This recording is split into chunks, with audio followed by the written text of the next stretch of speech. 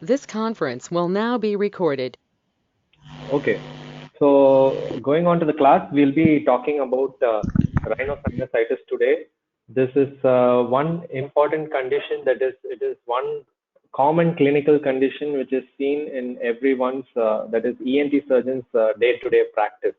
Okay, we'll directly go on to the definition of rhinosinusitis.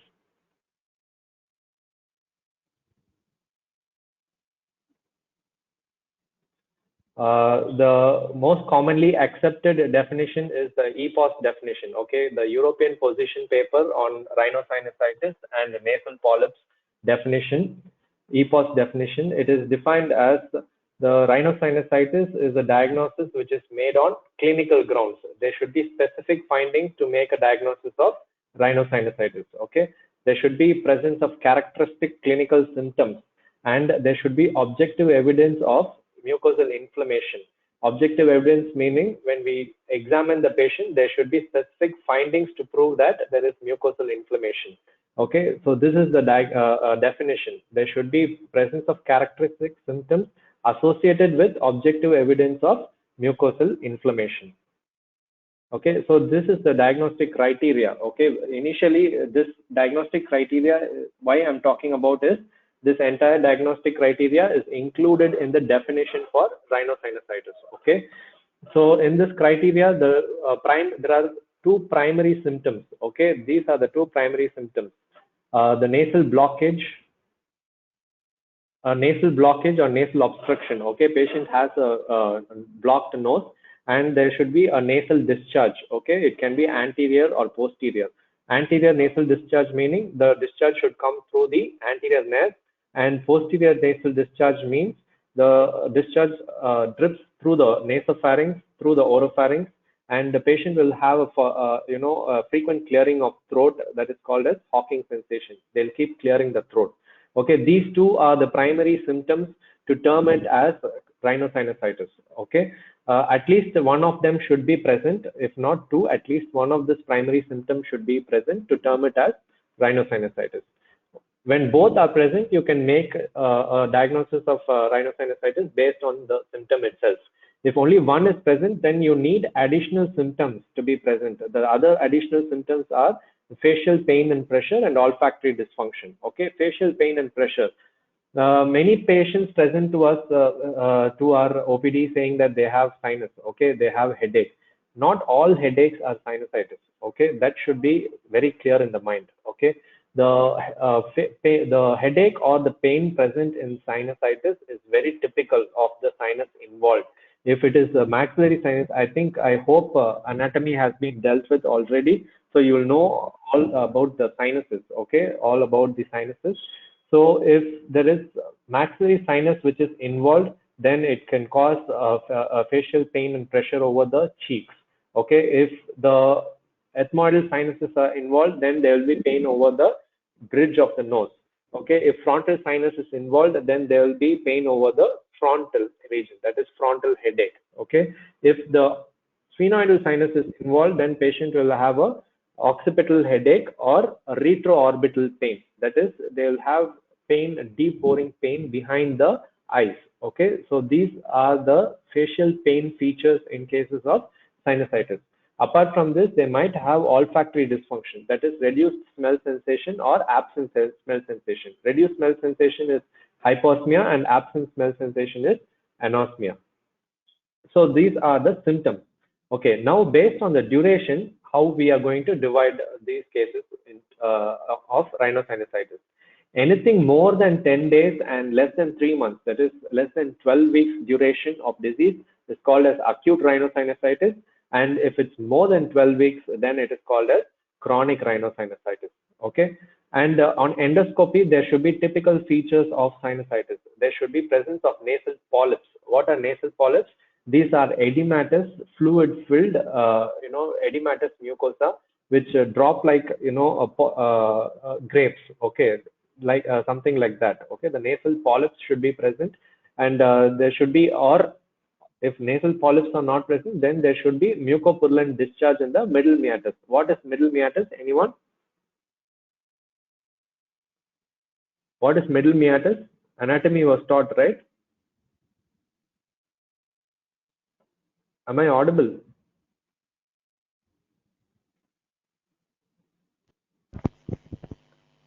Am I audible? Yes, sir, audible, sir. So what is middle meatus? What are the meatuses in the nose? Anatomy, right? You just finished anatomy. It's like 1 year before. Hmm? So the nose has inferior meatus, inferior turbinate, middle meatus, middle turbinate, and superior meatus, and sometimes superior turbinate as well, right? The lateral wall of nose. Yes, is it so? Someone answer no. Yes, sir. So middle meatus is the area which is present between the middle turbinate and the inferior turbinate. Okay, that is the middle meatus. That is where the anterior sinuses, that is the maxillary sinus, frontal, and the anterior ethmoidal acids drain into. Okay, that is middle meatus. So when we do an endoscopy, diagnostic nasal endoscopy, there should be mucopurulent discharge in the middle meatus, okay? Or there should be edema, mucosal obstruction in the middle meatus, okay? These are characteristic findings on endoscopy.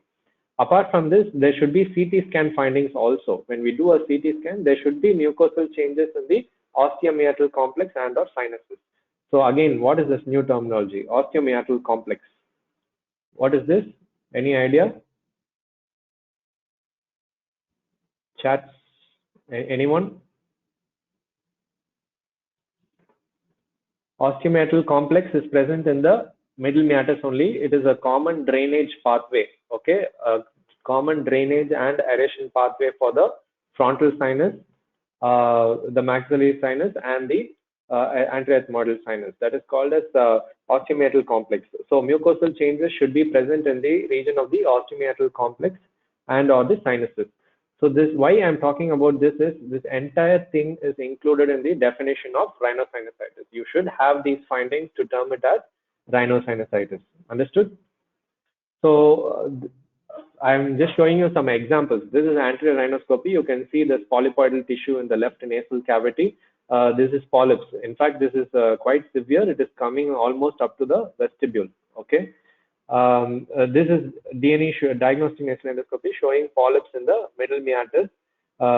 This is a polyp in the middle meatus. Okay, this finding should be present to make a diagnosis of rhinosinusitis. Also, this is also a typical feature. You see diagnostic endoscopy is done. You see mucopurulent discharge in the right side middle meatus. Okay, this is also typical. And see the CT scan. Okay, this CT is showing mucosal changes. Okay, normal CT should have air like this. It should be black, whereas this is all blocked. You see, this area is called as the osteomeatal complex area. What is that? You can see this is the frontal recess. This is the frontal recess draining here. Okay, and this is the bulla ethmoidalis, the anterior ethmoidal axis draining here, and this is the maxillary sinus draining here. Okay. This entire unit is called as osteomeatal complex. You can see it is completely blocked. Okay, and it is the same on the left side also. This side also it is blocked. Okay, this is typical of rhinosinusitis. So these things are included in the definition of rhinosinusitis. So based on the duration of symptoms, the rhinosinusitis can be divided into acute and chronic. I already told you that. Subacute is included in some places. However, we combine acute and subacute as acute sinusitis. Anything more than 10 days, less than 3 months, that is up to 12 weeks of duration is called as acute rhinosinusitis. And anything more than 3 months, that is more than 12 weeks, is called as chronic rhinosinusitis. Acute rhinosinusitis, based on etiology, it can be viral, post-viral, or acute bacterial rhinosinusitis, or ABRS. In the definition, we saw anything more than 10 days and less than 12 weeks, right? Why was that? Anything less than 10 days is viral in etiology. We call it as common cold. Okay, we don't call it usually as rhinosinusitis. That's why it is not included in the definition.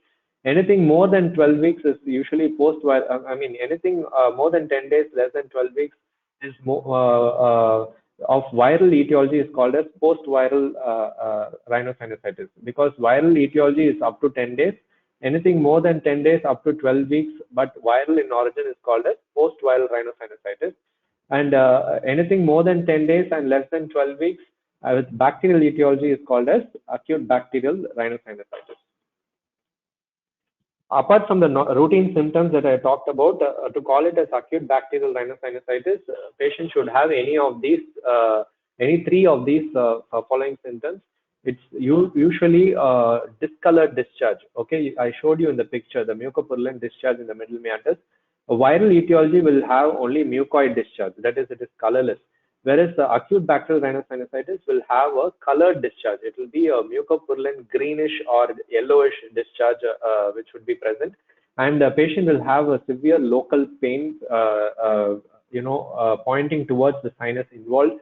And fever will be typically more than 38 degrees Celsius. And there will be elevated ESR, CRP, and there will be a double thickening sign, that is deterioration after an initial milder phase of the illness. Okay, any three of these symptoms should be present in addition to the primary symptoms, that is nasal obstruction, nasal discharge, and the secondary symptoms like facial pain, pressure, anosmia, hyposmia. Apart from that, any of these three symptoms should be present to term it as acute bacterial rhinosinusitis. Okay, going on to chronic rhinosinusitis, it is broadly classified into CRS, chronic rhinosinusitis with nasal polyposis, that is WNP, and CRS without nasal polyposis, that is CRS SNP. Okay. This broad categorization, since you are fresh from pathology, you will be knowing about type 1 and type 2 hypersensitivity reactions, right?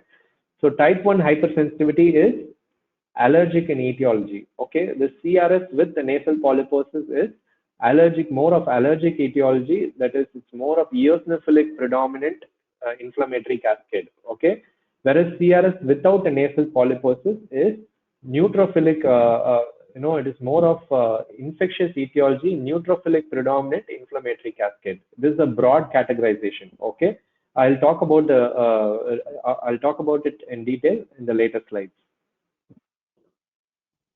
Now, talking about acute rhinosinusitis, it is defined as inflammation of the nose and paranasal sinuses due to varying etiology that lasts for less than 12 weeks. Okay, the prevalence is slightly higher among females compared to males. Lower socioeconomic status and cigarette smoking are implicated in rhinosinusitis. It's usually managed at the primary healthcare level. Acute rhinosinusitis usually does not come to the ENT surgeon. Most often it is treated at the primary healthcare level, conservative management with antibiotics, antihistamines, oral and systemic, oral and local decongestants are given and treated at the primary healthcare level because it's not a serious condition.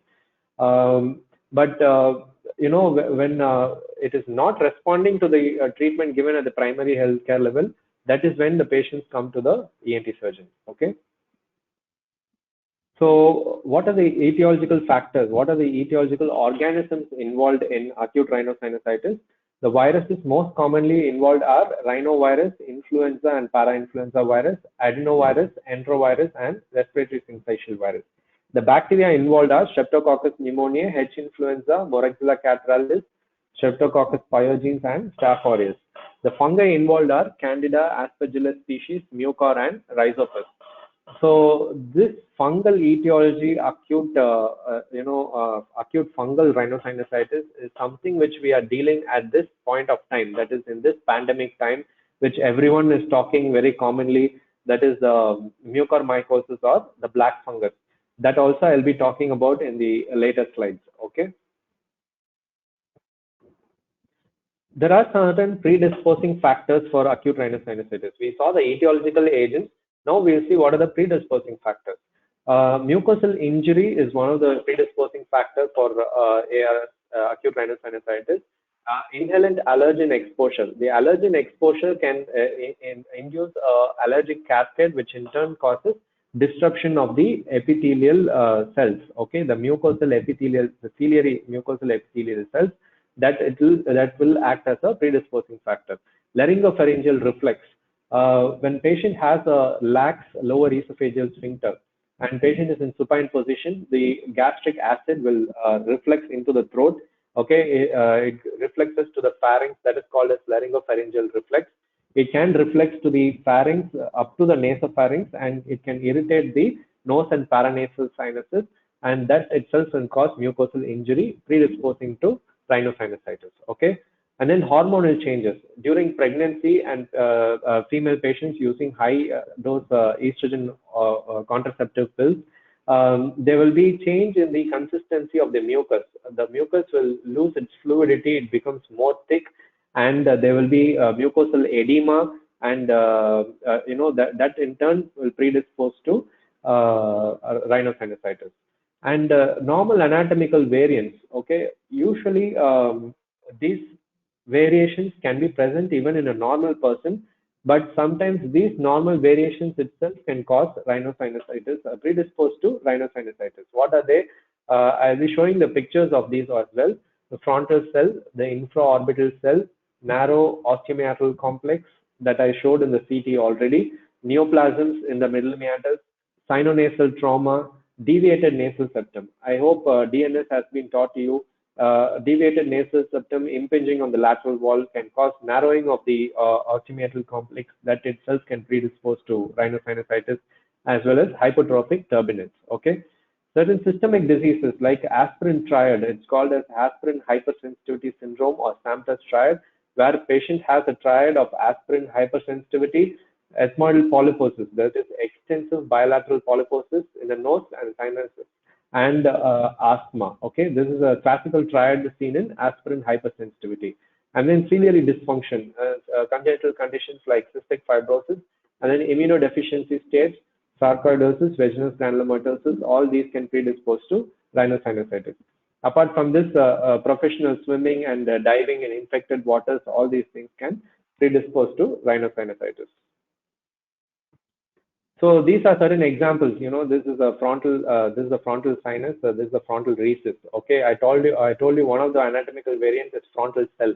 Frontal cell means it's not frontal sinus. Frontal sinus as such is huge. Okay, it is a big sinus. Okay, cells in the frontal rhesus or inside the frontal sinus. These are the frontal cells. Okay, this is a frontal cell named as 3. That is a frontal cell which can block the outflow of the frontal sinus and the frontal rhesus.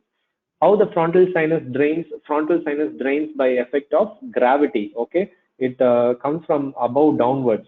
When this outflow tract is blocked by these cells, then it predisposes to mucus collection in the frontal sinus. This in turn can lead on to sinusitis in the frontal sinus. So this is one such anatomical abnormality.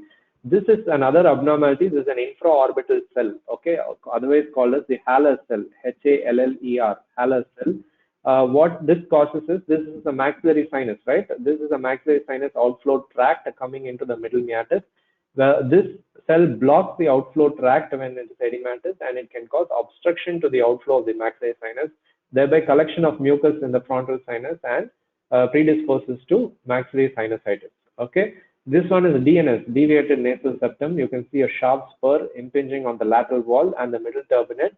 So you can see it's narrowing this area, the osteomeatal complex area, and this can predispose to rhinosinusitis. So these are normal anatomical variants. These can also be present in normal persons, but when these are present, these can predispose to rhinosinusitis.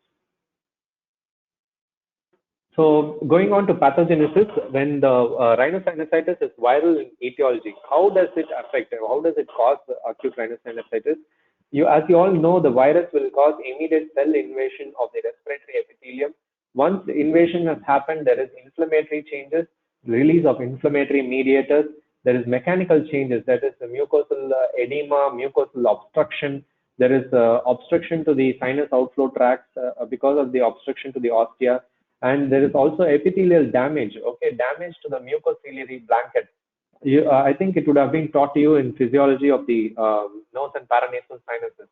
The mucociliary blanket is very important for, avoiding stasis of mucus and foreign materials in the nose. Okay, the cilia keep beating and push it towards the nasopharynx into the oropharynx. Okay, if that is not functioning properly, then that leads to stasis of the mucus in the nose and paranasal sinuses. So when there is an epithelial damage, there is retention of secretions, and this in turn causes more problems.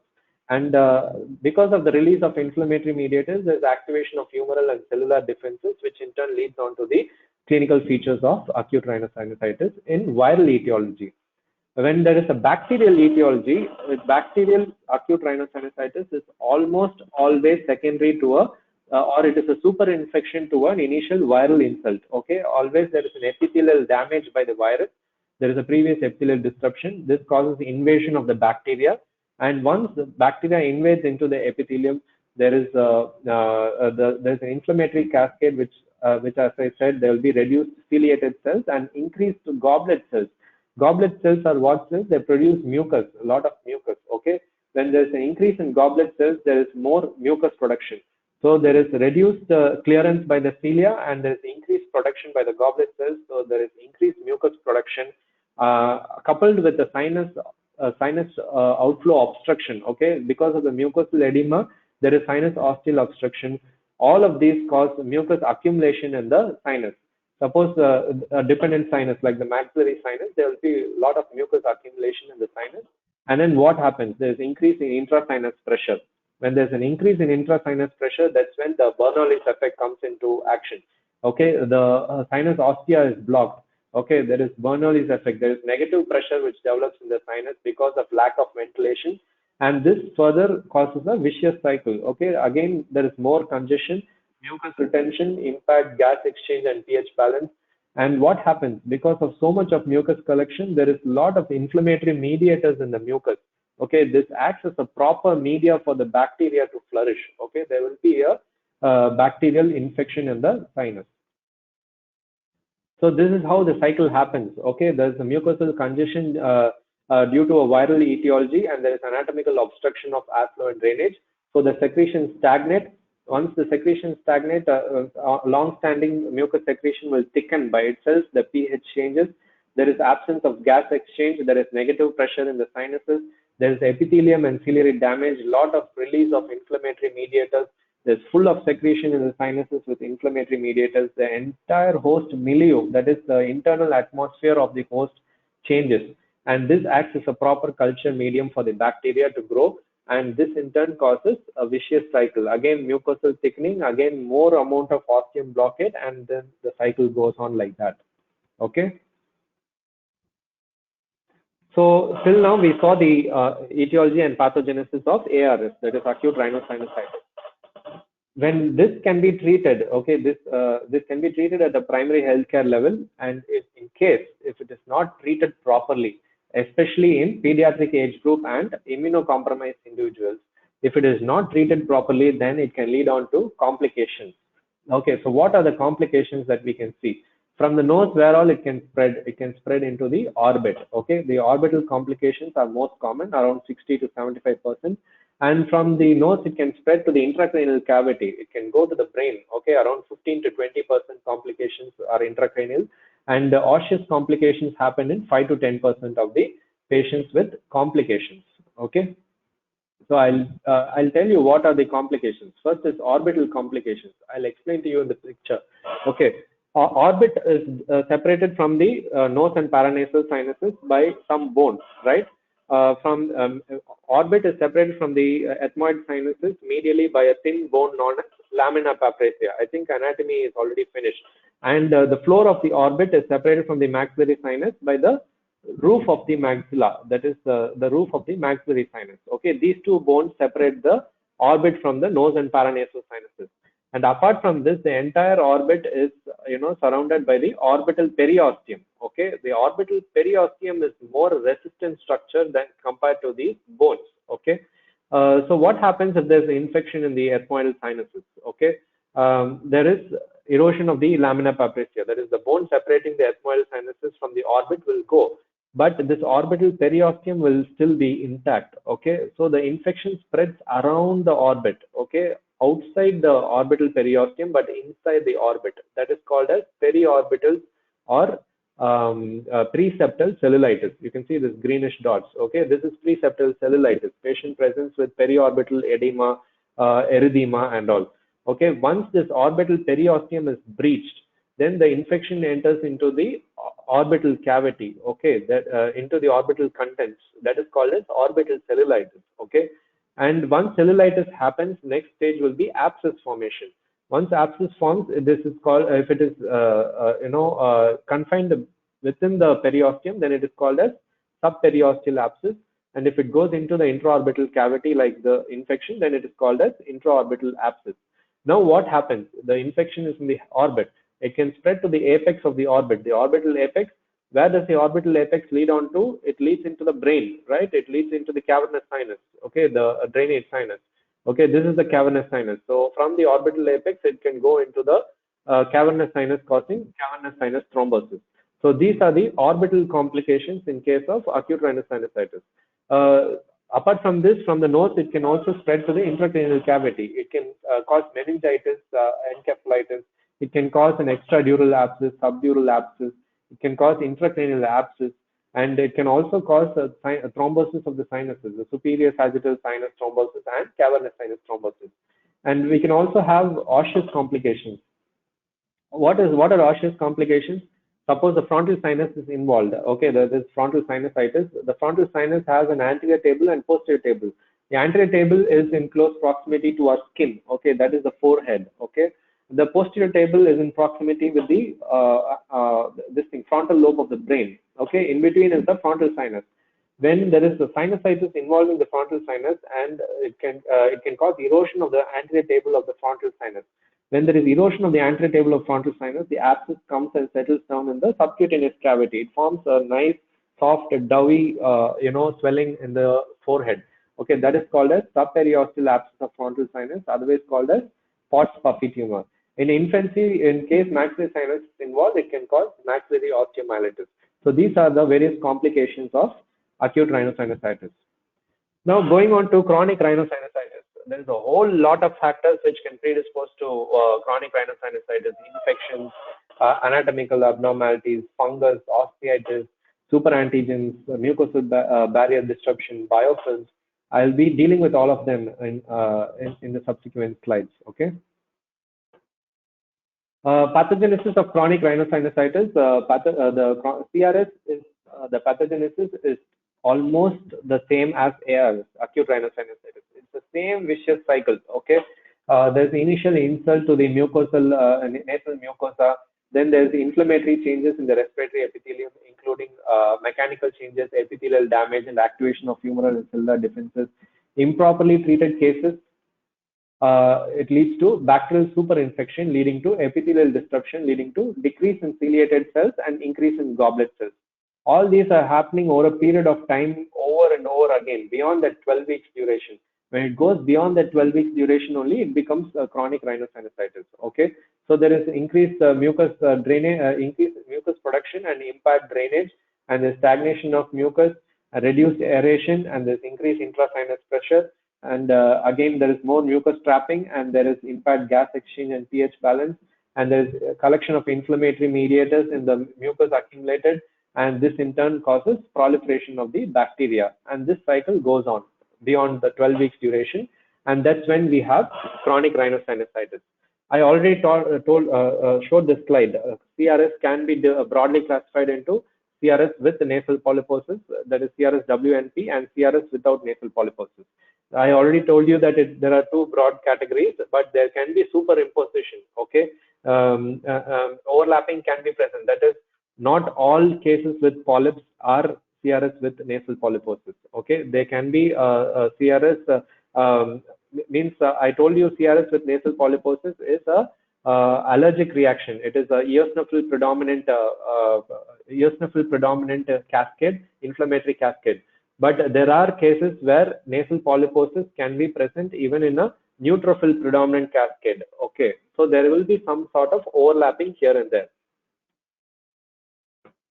So these are differential diagnosis for nasal polyps. Okay, if there is a localized single polyp, it can be a reactive polyp. It can be an inflammatory polyp, say antroconal polyp. It will be, I think, it will be dealt with in nasal polyposis. Okay, antroconal polyp is a single unilateral polyp. It is infectious in etiology. It is neutrophilic inflammatory cascade. And neoplastic, when there is an underlying neoplasm, suppose there is a benign neoplasm like inverted papilloma or a malignancy, carcinoma of the nose and paranasal sinuses, there can be reactionary changes in the mucosa which will appear more prominent than the malignancy behind. Okay, so that will act as that will be presenting as a single polyp. Okay, these are all inflammatory polyps which are neutrophilic inflammatory cascade, and systemic causes like cystic fibrosis, Church-Strauss syndromes. These also cause polyposis, but they are all neutrophilic inflammatory cascade. Okay, this part, the diffuse polyposis, that is CRS with nasal polyposis, is the only part which is eosinophil predominant, eosinophil chemotactic cascade, or a type 1 hypersensitivity reaction. What are they? The aspirin hypersensitivity, as I already told, and then atopy, type 1 hypersensitivity, and staphylococcal superantigen, the staphylococcal enterotoxins, fresh from microbiology, right? The staphylococcal enterotoxins can themselves act as allergens. They can stimulate allergic cascade. And then this is the most common type of CRS with nasal polyposis, allergic fungal rhinosinusitis and its related derivatives. Allergic reaction to fungal spores. That is the most common cause for developing CRS with nasal polyposis. So this is a picture showing cystic fibrosis with nasal polyposis. So chronic rhinosinusitis with nasal polyposis, as I already said, it is a Th2 skewed eosinophilic inflammation. That is type 1 hypersensitivity reaction. There's high levels of interleukin 5 and ECP, that is eosinophil chemotactic protein in the polyps. Because of this, there is intense edematous stroma in the sinonasal epithelium. There's albumin deposition, pseudocyst formation, and subepithelial and perivascular inflammatory infiltrate, eosinophilic inflammatory infiltrate. I'll tell you a broad, differentiation between this CRS with nasal polyposis and without nasal polyposis. We have intense edematous stroma here, right? There will be more of fibrosis and, fibrosis and extracellular matrix deposition in cases of without polyposis. Okay, that is the basic difference. So I already talked about this antroconal polyp, part of inverted papilloma, part of sinonasal malignancy. These are localized polyps. These are neutrophilic, reactions. So they have no association with a CRS with polyposis. Okay. So diffuse, that is CRS with nasal polyposis, can be due to AFRS, allergic fungal rhinosinusitis, and aspirin sensitivity. There is pan-sinus opacification and thick granular eosinophilic mucin. Okay, the mucin is so thick and it is loaded with the allergic fungal material. Even if we suck, it will not come into the suction. It is so thick. I'll show you the picture. And whereas in atopy and bacterial superantigen, like staphylococcal superantigen, it is marginally less viscous and less, and it's more of mucus material than the eosinophilic mucin. So these are the various factors which can predispose to CRS with nasal polyposis: staphylococcal enterotoxins, biofilm, eosinophilic mucus, and fungal antigens. Okay, what is biofilm? Biofilm is something you should be knowing from microbiology. Okay, biofilm is a complex microbiome. Okay, it is a complex matrix, proteinaceous matrix, which consists of different colonies of bacteria or the same species of multiple colonies of bacteria. This matrix itself protects the entire microbiome from the activity of antibiotics. Okay, they are highly resistant to most of the antibiotics. These biofilms can predispose to chronic rhinosinusitis with polyposis. That is, they can predispose to allergic type 1 hypersensitivity reaction, as well as they can predispose to chronic rhinosinusitis without polyposis. That is, they can themselves induce a bacterial infection and cause mucopurulent discharge. It depends on the host response. How strong is the host? If the host response goes to the type 1 hypersensitivity, then it becomes, with polyposis. If host response is towards type 2 hypersensitivity, then it becomes a infectious etiology. That is, it's more of mucopurulent discharge and stuff. Okay. So non-polypoidal CRS, that is the CRS without nasal polyposis. There is fibrosis, as I said. There is basement membrane thickening. There's goblet cell hyperplasia, subepithelial edema, and it's Th1 milieu. That is, it is type 2 hypersensitivity with the Th1 helper cell lineage, and there's increased interferon gamma in the inflamed mucosa, and there's low ECP myeloperoxidase ratio. Localized CRS we already saw localized CRS without nasal polyp, with nasal polyposis, right? We saw antroconal polyp and all. This is localized CRS without nasal polyposis. That is, there'll be only mucopurulent discharge in one of the sinuses. Okay. When does it happen? I already showed you the infraorbital ethmoidal cell. It blocks the sinus outflow tract of the maxillary sinus. In that case, the maxillary sinusitis will develop and it will cause a localized maxillary sinusitis. Okay, again, concha bullosa. Concha bullosa, what is it? You know the middle turbinate, right? When there is an cell inside the middle turbinate itself will be bulged. Okay, that itself will reduce the sinus outflow tract. It can block the maxillary sinus and it can cause maxillary sinusitis. Okay, again, deviated nasal septum can cause localized CRS. And odontogenic cause. Odontogenic is almost always related to maxillary sinus. You can see this is the tooth, right? This is the root of the tooth, and any procedures or any infection in the root of the tooth, okay, alveolar abscesses, micro abscesses, or dental extraction or root canal procedures, all these can cause if there is a breach of the maxillary sinus floor and a breach of the mucosa, then the infection can spread directly into the maxillary sinus. Okay, this is odontogenic cause for localized chronic rhinosinusitis of the maxillary sinus. Diffuse CRS, that is all the sinuses are involved. When does it happen? I already told you about the pathogenesis. OMC obstruction. Okay, the ostomeatal complex is blocked. All the outflow tracts, that is maxillary sinus, frontal sinus, ethmoid sinus, everything is blocked. There's fibrosis, basement membrane thickening, goblet cell hyperplasia, subepithelial edema, upregulation of TGF beta pathway. Because of this TGF beta pathway, there is excessive collagen deposition and fibrosis. Okay, there is fibrosis of the basement membrane, and then Th1 milieu and low ECP myeloperoxidase ratio. What are the etiological agents? Okay, the bacteria which are involved, the most common in acute rhinosinusitis, we saw it is Streptococcus pneumonia, H. influenza, Moraxilla catarrhalis. Those were the most common bacterial organisms. Whereas in chronic rhinosinusitis, it's more of a gram-negative, spectrum. Okay, Pseudomonas aeruginosa is the most common one. Apart from that, we can have Staph aureus, Streptococcus pneumonia, H. influenza, Moraxilla catarrhalis as well. I told you about biofilms. Okay, biofilms are the most common cause for recalcitrant CRS. That is, they're not responding to any antibiotics, and they are quite recurrent and quite disturbing to the patient. That can happen because of biofilms. Systemic conditions which can predispose to CRS without nasal polyposis are granulomatous conditions like vaginal granulomatosis, where ANCA is positive. What is ANCA? Anti-neutrophilic cytoplasmic antibody. Okay, and sarcoidosis, where ACE is positive. And what happens in vaginal granulomatosis is it's a granulomatous condition where there is extensive erosion of the structures in the nose. Okay, there's erosion of the sinus lamella, that is middle turbinate, inferior turbinate, everything can be eroded, and it can also erode the septum. Okay, the entire septum can be eroded. It can cause saddling of the nose. That is, there is depression of the dorsum of the nose. Okay, and sarcoidosis also can cause saddling of the nose.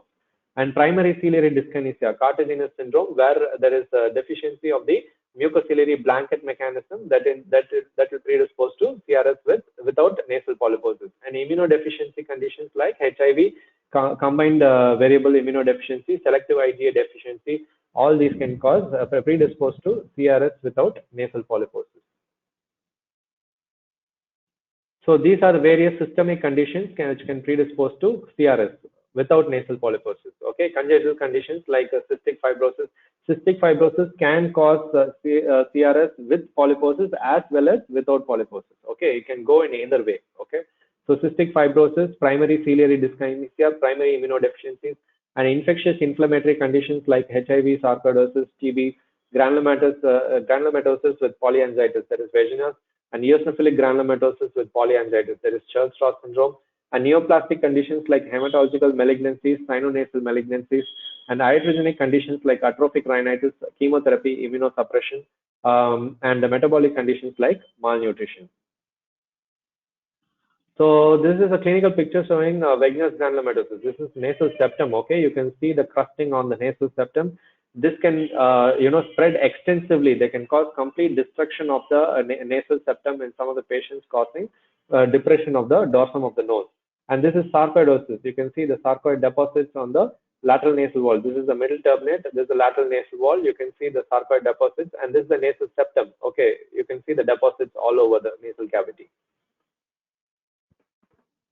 So overall, to give a gist of whatever I talked to you till now, okay, these are the three cardinal, pathogenesis, the steps in the pathogenesis, okay, for any sort of inflammation in the sinuses, okay. There is an epithelial barrier disruption and goblet cell hyperplasia. This is common to both CRS with nasal polyposis and without nasal polyposis.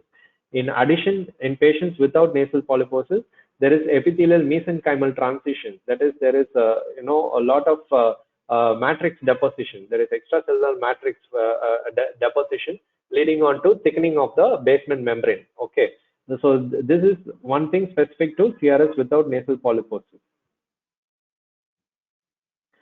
Both in with and without polyposis, there can be bony remodeling. Okay, there can be there is induction of both osteoclastic and osteoblastic activities. So there is a lot of bony remodeling which happens both in CRS with polyposis and without polyposis.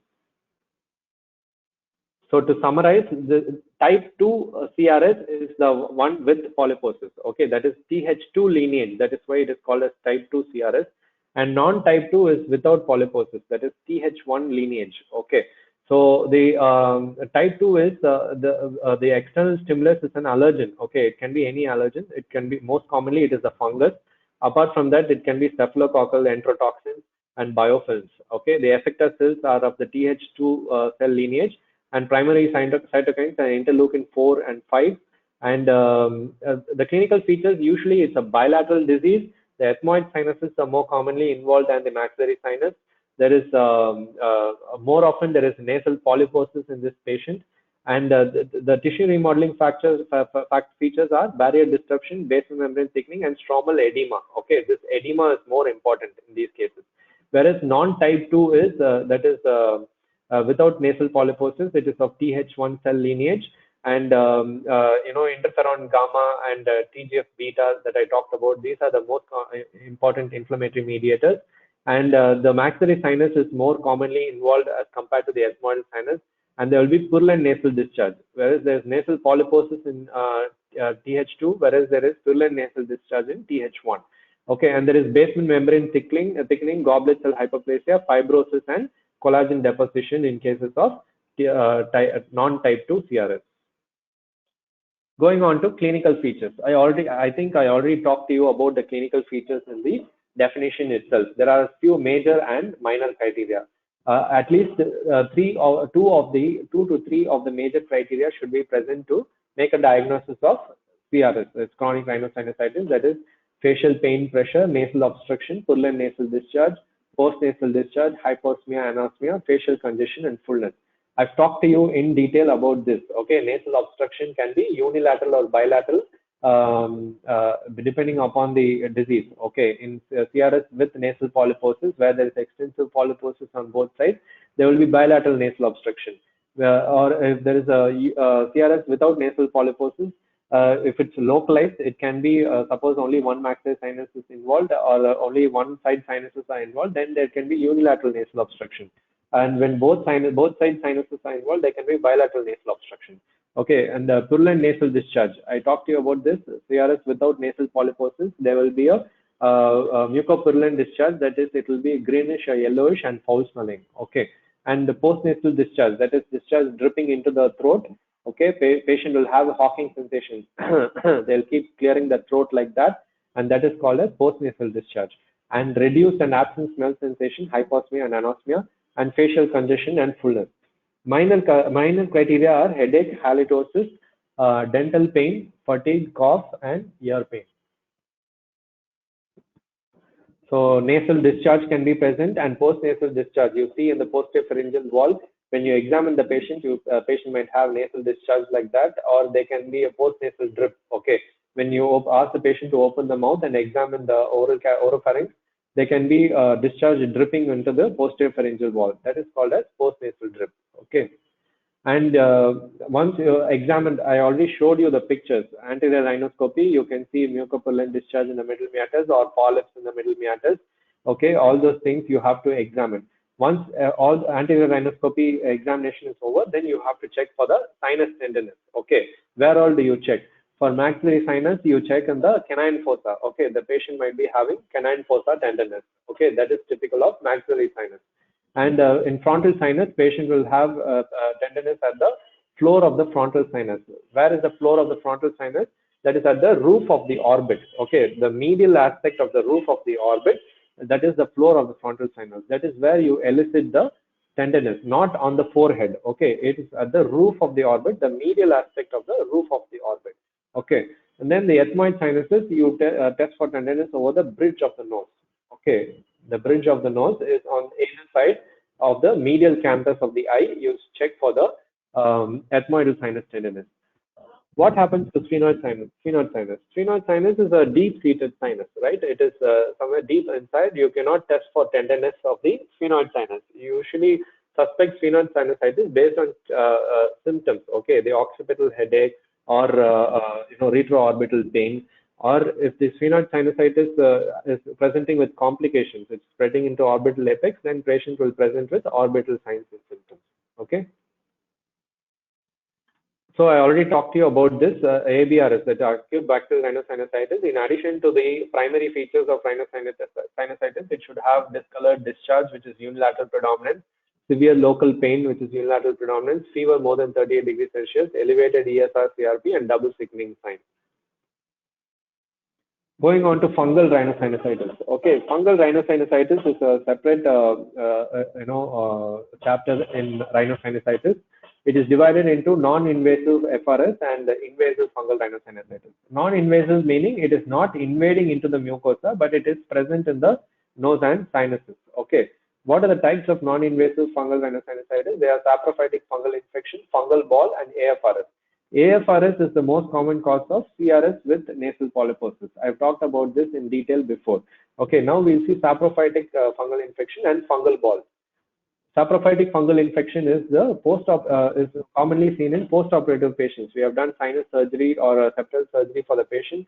The post-operatively patient will have crusts in the region of healing, and the saprophytic fungi will grow on these crusts. Okay, because of mucociliary dysfunction. Okay, they act as a precursor for growth of fungal spores. So fungal spores will grow on these crusts. Usually, these patients are asymptomatic. They'll have a minimal foul-smelling odor. Just removing the crust alone will be sufficient. Patient will respond to that. Fungal ball. Fungal ball is a dense accumulation of extramucosal highway within one of the sinuses. Most commonly, it is a maxillary sinus. Most common organism causing this is the Aspergillus species. Okay, it is usually present in immunocompetent. Okay, immunocompetent middle-aged and elderly females. There's previous history of dental procedures such as dental filling. There's accumulation of fungal hyphae without tissue invasion. That is very important. Okay, there is no tissue invasion in these patients. Okay, the mucosa is not invaded by the fungus. It is just a fungal reaction which is happening in the sinuses, and there's a lot of accumulation of fungal hyphae in the sinuses, becoming a ball inside the sinus. Okay, it's a non-specific chronic inflammation. There's absence of eosinophil predominance, granuloma, or allergic mucus. These things differentiate a fungal ball from a allergic fungal rhinosinusitis. In AFRS, there will be eosinophil predominance and granuloma and allergic mucus, whereas in this fungal ball, it is just a non-specific inflammation. There is no eosinophilic predominance. Okay. So this is the left maxillary sinus. You can see heterogeneous opacities. There are white opacities in the left maxillary sinus. That is the fungal concretions. Okay, this is the maxillary sinus fungal ball. This is the specimen which is removed. This is the fungal ball which is removed from the maxillary sinus. Okay. So AFRS, I've already talked to you about this in detail. It is based on the ABPA model, that is allergic bronchopulmonary aspergillosis model. It is a more of type 1 and sometimes type 3 hypersensitivity reaction. Fungal specific IgE antibodies. There is IgE antibodies, eosinophil chemotaxis in this patient. Usually these are young patients, uni or bilateral polyposis, thick yellow-green mucus that is called as allergic fungal mucin. Okay, this is the allergic fungal mucin. You can see how thick it is. Even if we suck, it doesn't come out so easily. Okay, this is very typical of allergic fungal rhinosinusitis. Going on to invasive fungal rhinosinusitis. This acute fulminant is divided into acute fulminant, granulomatous invasive, and chronic invasive. This acute fulminant invasive FRS is something which we are seeing nowadays. It is during this pandemic, that is the black fungus, okay, the mucormycosis that we are seeing nowadays. Apart from this, we have granulomatous invasive and chronic invasive. Acute fulminant invasive fungal rhinosinusitis. We saw fungal ball AFRS, right? There is no tissue invasion. Whereas in why it is called invasive in this case? Because there is invasion of the fungus into the tissue, into the mucosa, subepithelium, bone. Everything is involved. It is invading these structures. That is why it is called as invasive fungal rhinosinusitis. When it happens, fungus usually does not invade sinuses, sinus mucosa. Only when the patient is immunocompromised. Okay, when patient is not able to pose a good inflammatory reaction, only then patient will develop a invasive fungal rhinosinusitis. That happens in immunocompromised individuals when there is uncontrolled diabetes mellitus. During this pandemic season, patients were given a lot of steroids. Okay, patients were loaded with steroids. Patient is already diabetic. Okay, and patient is already oxygen dependent. In those cases, the patients were loaded with steroids. So they had uncontrolled diabetes. The patient went into diabetic ketoacidosis, and those patients were the ones which were so immunocompromised, and they were presenting with fulminant invasive fungal rhinosinusitis during this pandemic. Apart from this, it can also be present in AIDS, iatrogenic immunosuppression, like you post-transplant, you give an organ transplant, you do a kidney transplant, you have to immunosuppress the individual for the graft to take up. Okay, and then chemotherapy, cancer chemotherapy is also immunosuppression. Okay, these are the immunosuppressive states where you can have invasive FRS, and then organ transplantation and hematological malignancies. So what happens? There's hyphal invasion, that is fungal invasion of the sinus tissue, less than 4 weeks duration. That is acute fulminant. And there is mycotic, most characteristic feature is there's mycotic infiltration of the blood vessels.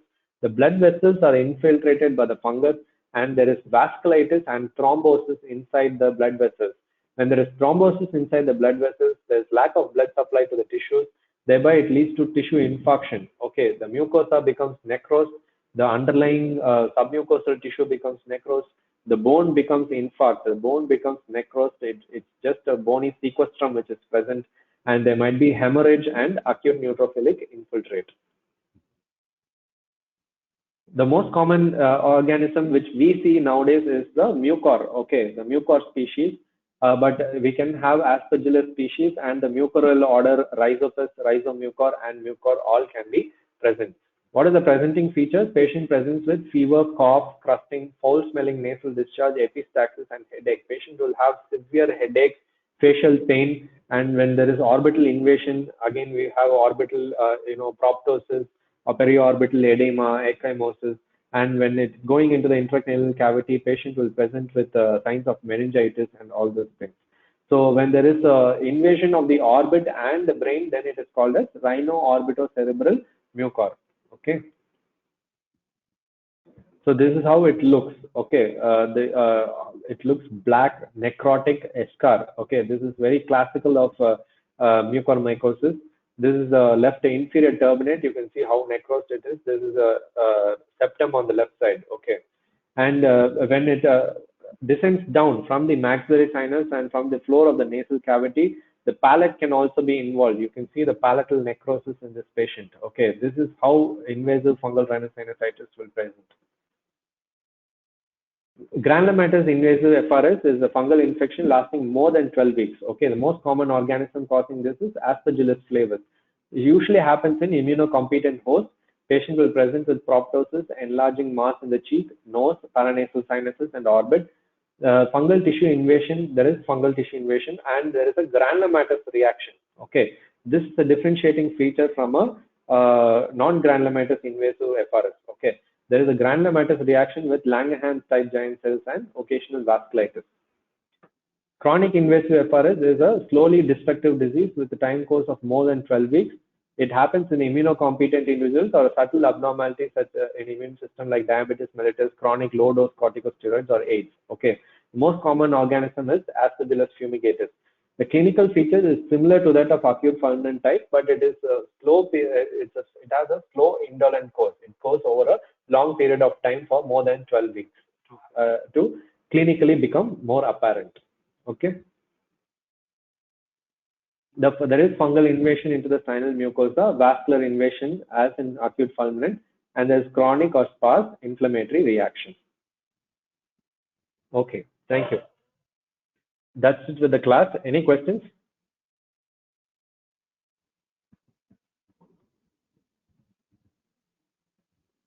Any questions, please?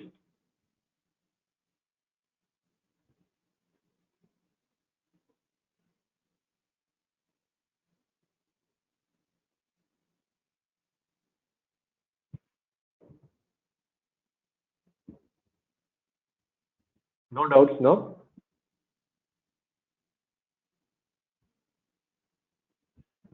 Okay, please, the class rep, are you there? Yes,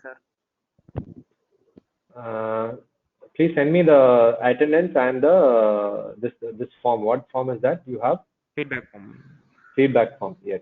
Yes, Okay, sir. send me that. Okay. Thank you. Okay. Thank you. Thank you, sir.